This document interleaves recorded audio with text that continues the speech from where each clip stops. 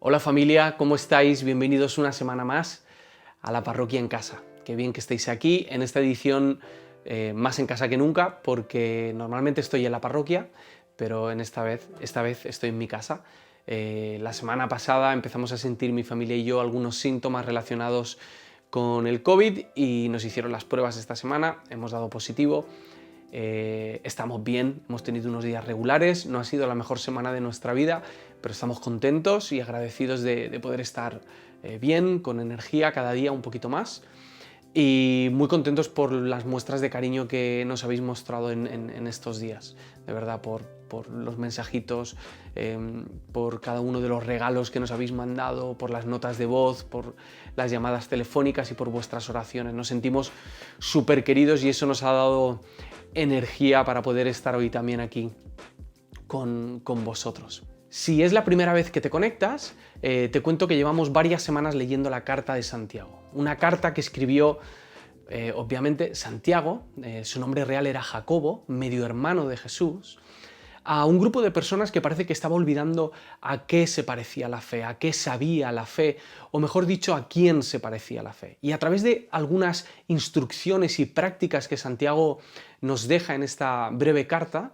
vamos a ver cómo se aviva en nosotros y en los que leemos esta carta la imagen de Jesús, la manera en la que Jesús vivía, hablaba, pensaba y trataba a las personas. Hemos leído en otras ocasiones cartas de la Biblia o algunos libros de la Biblia y lo hemos hecho por orden. Pero en esta ocasión estamos hablando de los temas principales de esta carta.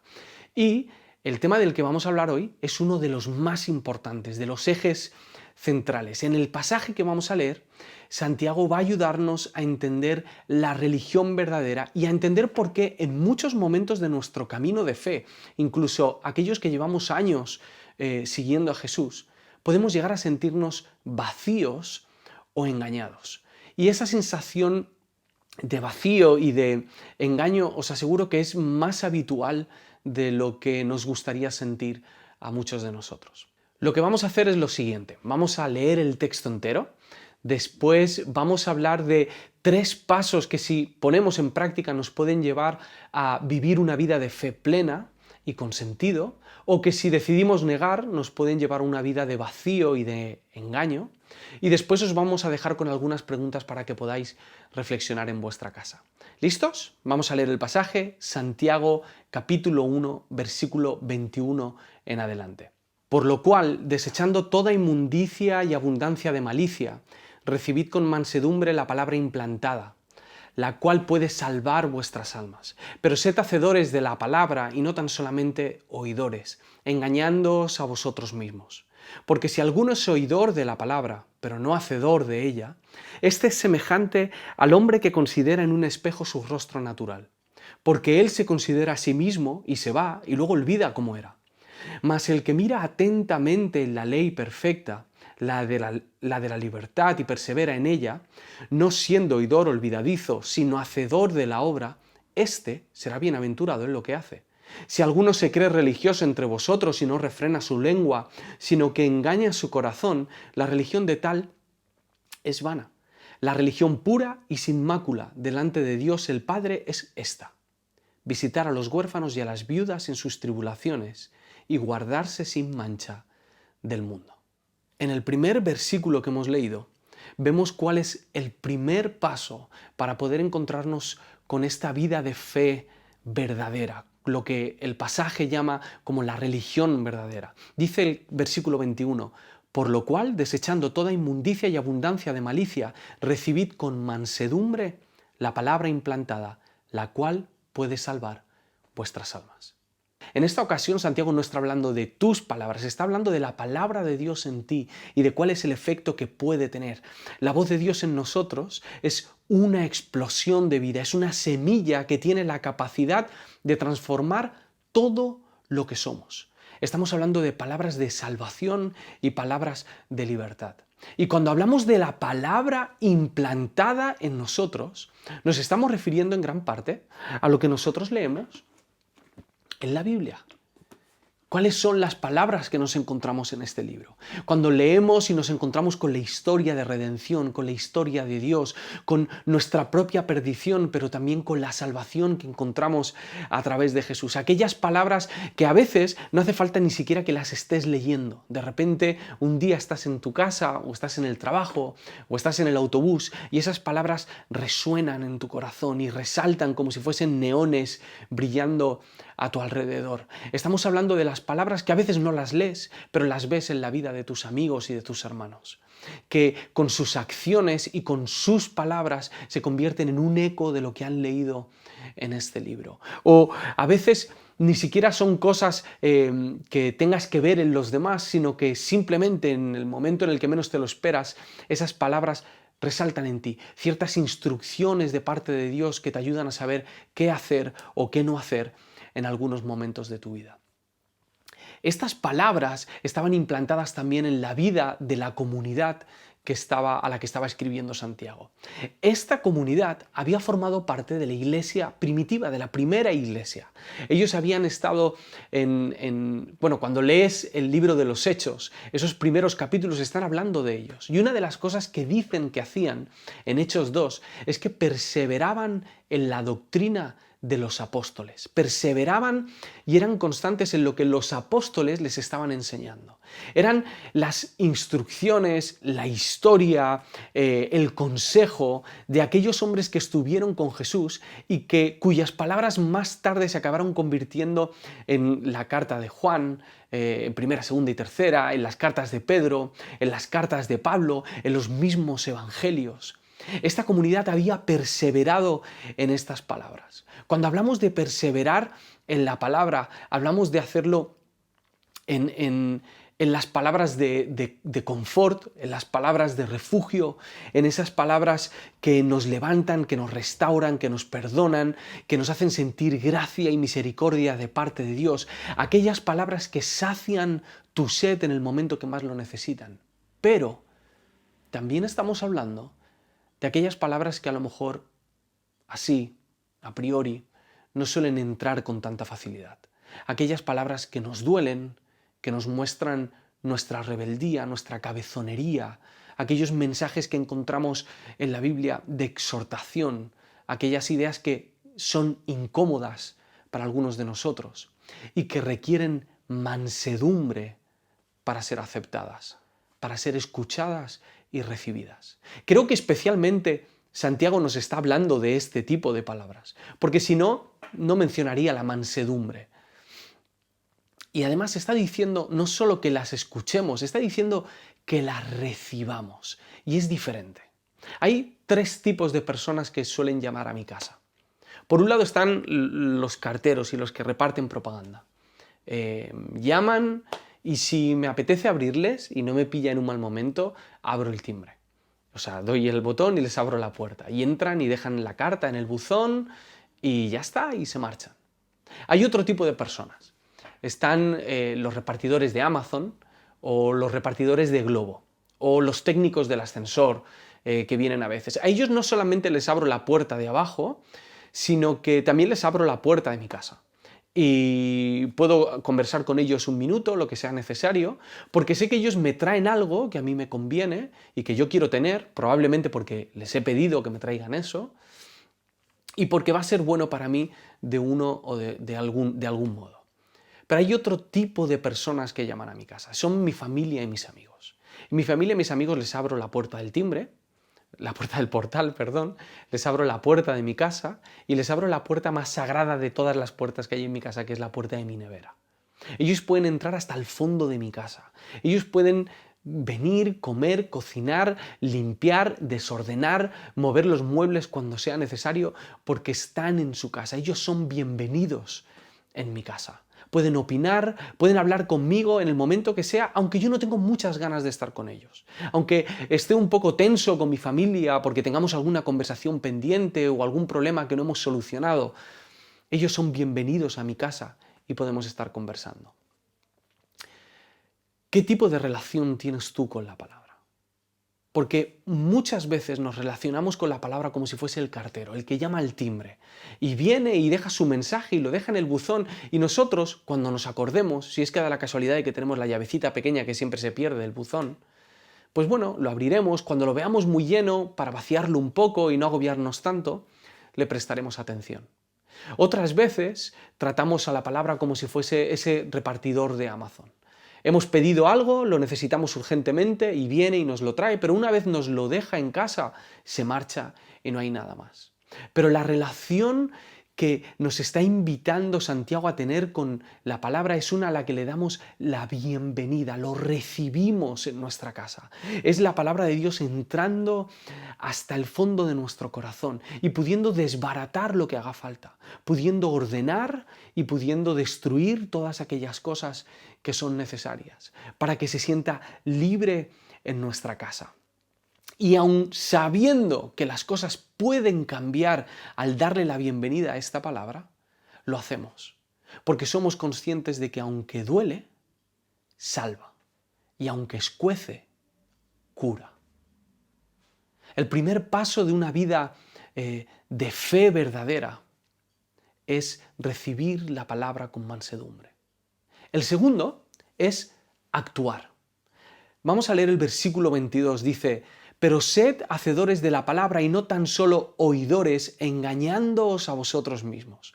El fruto de recibir la palabra de Dios en tu corazón no es saber más. Eso está bien, pero ese no es el fruto directo de recibir la palabra de Dios. La palabra de Dios te mueve. El fruto directo de recibir la palabra de Dios es la práctica. Son acciones de amor muy concretas hacia el prójimo y hacia Dios. Es el mismo Santiago en el que en el capítulo 2, en uno de los pasajes más conocidos de las Escrituras, dice que la fe sin obras está muerta en su raíz. Cuando no nos dejamos llevar por ese impulso que la palabra pone en nosotros a movernos, estamos convirtiendo la fe en una vida de ilusión, en una vida de fantasía, en una especie de truco mental para evadirnos de la realidad, en un sentimiento de fervor o en una experiencia. O peor aún, en una lista de dogmas, de cosas que hay que hacer, de creencias correctas que hay que tener para ayudarnos a sentir seguros de que lo que nosotros opinamos es la verdad. Lo que hacemos es convertirlo o en experiencias, o en sentimientos, o en palabras que nos sirvan como excusa para seguir ausentes de la realidad. Pero Santiago no va a permitir eso.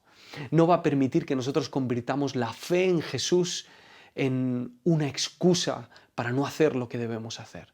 Versículo 26 dice: si alguno se cree religioso entre vosotros y no refrena su lengua, sino que engaña su corazón, la religión de tal es vana. Me gusta mucho como lo dice la versión de la palabra, porque dice: si alguno se hace ilusiones de ser religioso, pero no controla su lengua, se está engañando a sí mismo. Ponemos todo nuestro empeño en no ser engañados, en que nadie nos time con una falsa religión. Y resulta que la persona más peligrosa y la persona que más nos engaña somos nosotros mismos, una y otra vez.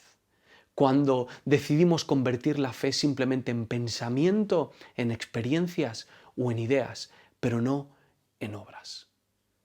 Cuando oímos y no hacemos, estamos convirtiendo la fe en cualquier ideología más de 3 al cuarto. Estamos cogiendo la vida de Jesús, las palabras de Jesús, su poder, sus obras, su gracia, el poder y el efecto de su muerte y resurrección sobre nuestra vida, y lo estamos convirtiendo en un dogma más, en una idea más del catálogo de narrativas de nuestra cultura, en un PDF descargable para quien lo quiera y que lo pueda aplicar cuando le apetezca, en pura propaganda y nada más. Sin embargo, esa religión que cuando no se practica está vacía, dice que es vana, que no tiene sentido, que te hace sentir engañado porque te has engañado tú mismo, resulta que esta religión tiene un contrapunto. Hay una manera de vivir esta fe. Versículo 27. La religión pura y sin mácula delante de Dios el Padre es esta: visitar a los huérfanos y a las viudas en sus tribulaciones y guardarse sin mancha del mundo. La fe no es para olvidarte de tu realidad. La fe es para ser consciente de tu realidad, de la realidad de las personas que hay a tu alrededor y de la realidad del mundo en el que estás.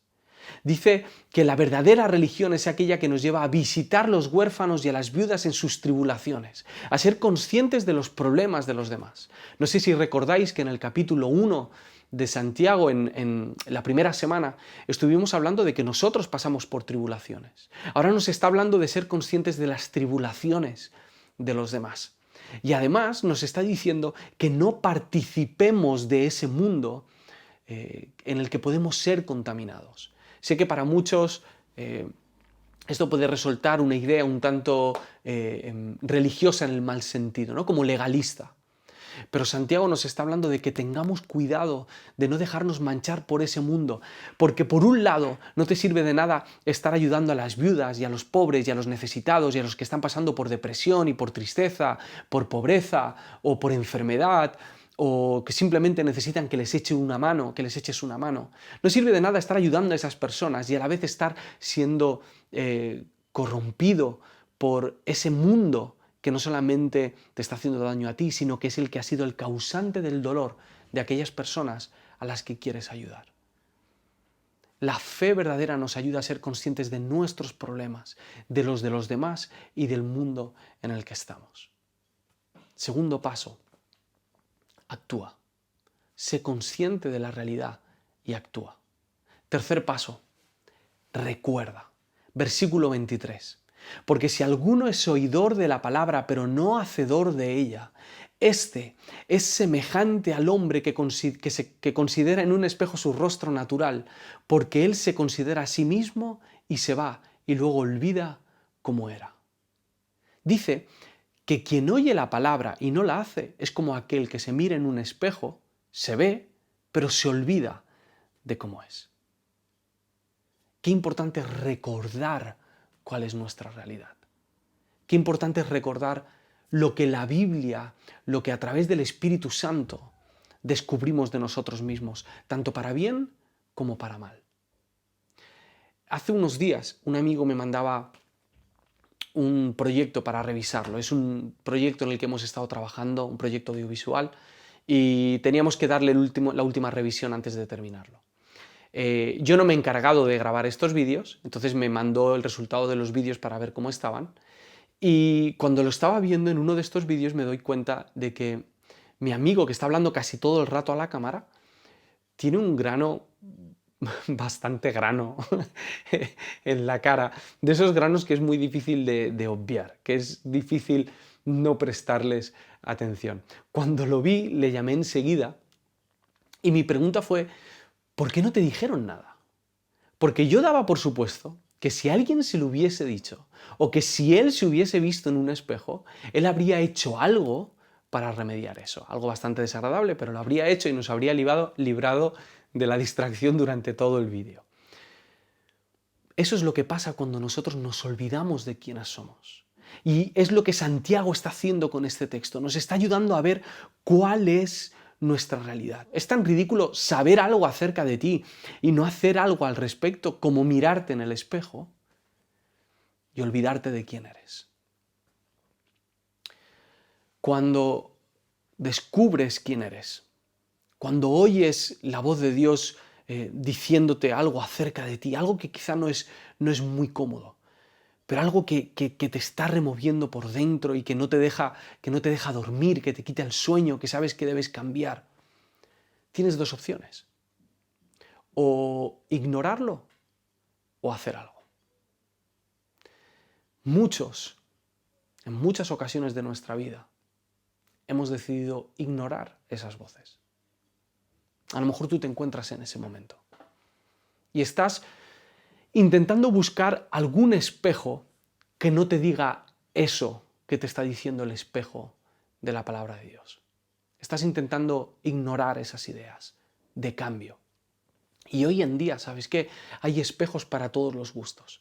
Hay espejos para aplaudir el estilo de vida de cualquier persona. Hay grupos para todo. Puedes encontrar un grupo de personas que te va a dar palmaditas en la espalda haciendo lo que estás haciendo. Y si quieres, puedes seguir buscando más espejos, como el de Blancanieves, que te diga que eres el más guapo y la más guapa del mundo, aunque estés viviendo en una mentira. Y ese precio a pagar, el precio de vivir en una ilusión y en una mentira es muy alto. Porque eso es lo que va a hacer que con el paso de los años en tu camino de fe te sientas vacío y te sientas engañado.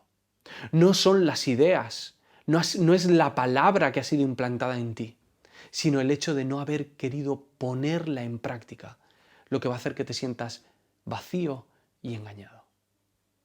O tienes otra opción, la opción de ponerlo en práctica, la opción de recordar constantemente quién eres en Jesús.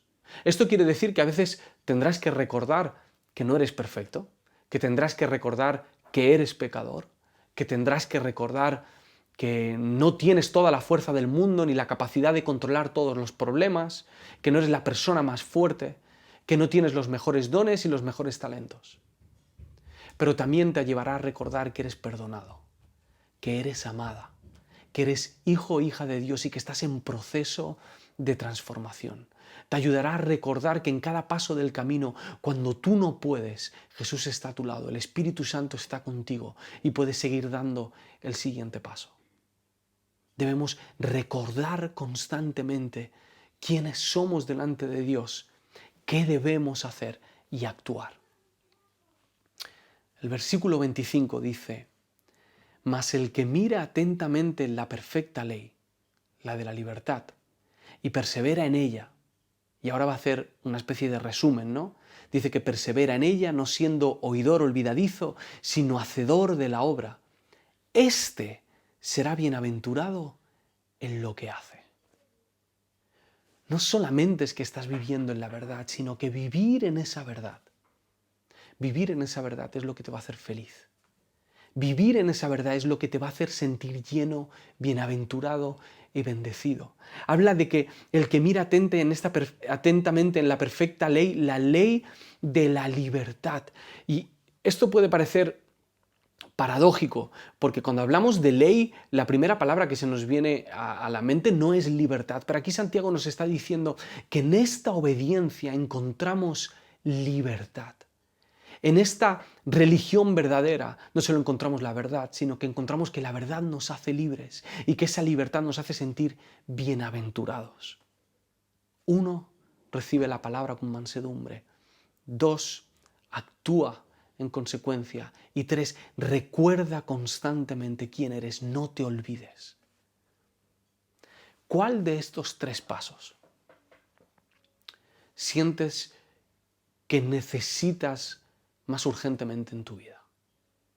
A lo mejor es el primero, a lo mejor es recibir con mansedumbre la palabra. Quizá llevas mucho tiempo poniendo pegas a las cosas que Jesús ha estado implantando en ti. Lo que Dios te ha estado diciendo te cuesta mucho aceptarlo, no crees que sea cierto o no crees que Dios te esté perdonando, no crees que Dios te esté diciendo que dejes de hacer algo que tú pensabas que era tan bueno, pero en realidad te estaba haciendo daño.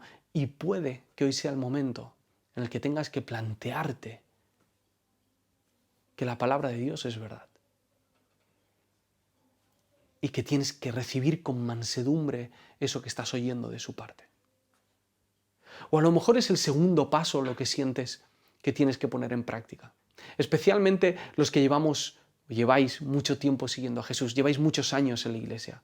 Habéis leído la Biblia una o varias veces, habéis escuchado un montón de predicaciones, habéis ido a muchos cultos, habéis dado muchos consejos a las personas, os consideráis cristianos y seguidores de Jesús, tenéis muchas doctrinas e ideas en la cabeza, pero lo que tienes que hacer ahora es poner en práctica lo que has oído.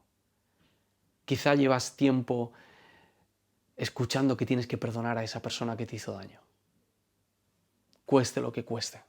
Aunque pueda doler, sabes que seguir acumulando ese rencor y esa rabia en contra de esa persona no te está haciendo sentir ni bienaventurado ni libre. O a lo mejor resulta que lo que tienes que poner en práctica tiene que ver con tu vida sexual. Sabes que tener una vida sexual y permitir que, entre comillas, libre y acostarte con quien quieres, cuando quieres, no te está haciendo libre. Sabes que te está haciendo esclavo de tus deseos, que te está haciendo esclavo de la opinión de los demás, que te está haciendo esclava de la aceptación de los hombres y de las mujeres. Y sabes que tienes que salir de ahí, sabes que no te hace bien. Y estás escuchando que en la Biblia se habla de que el sexo es para el matrimonio y que es en el marco del compromiso en el que puedes llegar a disfrutar de una sexualidad plena. Y no te has planteado obedecer esto. Lo sabes desde hace mucho y sabes por experiencia personal que te estás haciendo daño. Pero hoy quizás es el momento en el que tengas que tomar la decisión de empezar a aplicar esta verdad. O a lo mejor es algo que tiene que ver con tu economía. Te sientes esclavo de tu dinero, sientes que no avanzas. Y has escuchado que en la Biblia se habla de que hay que ser generoso, de que en la vida de Jesús vemos constantemente este espíritu de generosidad hacia los demás. Y vemos que también hay consejos que nos dicen que debemos ser prudentes y ahorradores.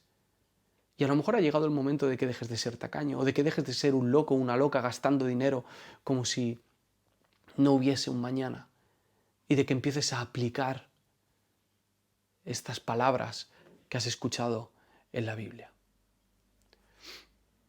O quizá lo que tienes que hacer es recordar. Creo que este paso es un paso que tenemos que estar recordando constantemente. Tenemos que recordar quiénes somos, tenemos que tener estas palabras de Santiago presentes en nuestra vida, como un espejo al que mirarnos constantemente para no engañarnos y para poder vivir una vida de fe libre, plena, con sentido y bendecida. Os quiero proponer una cosa para esta semana. Que hagamos algo muy visual. Os propongo que cojáis este pasaje que hemos leído y que lo escribáis en un post-it o en un papel y que lo peguéis en el espejo de vuestro baño. Y que cada mañana, al miraros en el espejo, podáis hacer esta pequeña oración. Señor, ayúdame a recordar quién soy. Ayúdame a no olvidar mi rostro y a no olvidar quién soy delante de ti. Ayúdame a saber qué debo cambiar, cuáles son las verdades que debo poner en práctica. Ha llegado el momento de que esa palabra implantada en nosotros dé fruto. Ha llegado el momento de ponerla en práctica y ha llegado el momento de recordarla constantemente. Que Dios os bendiga mucho. Espero veros muy pronto. Os queremos.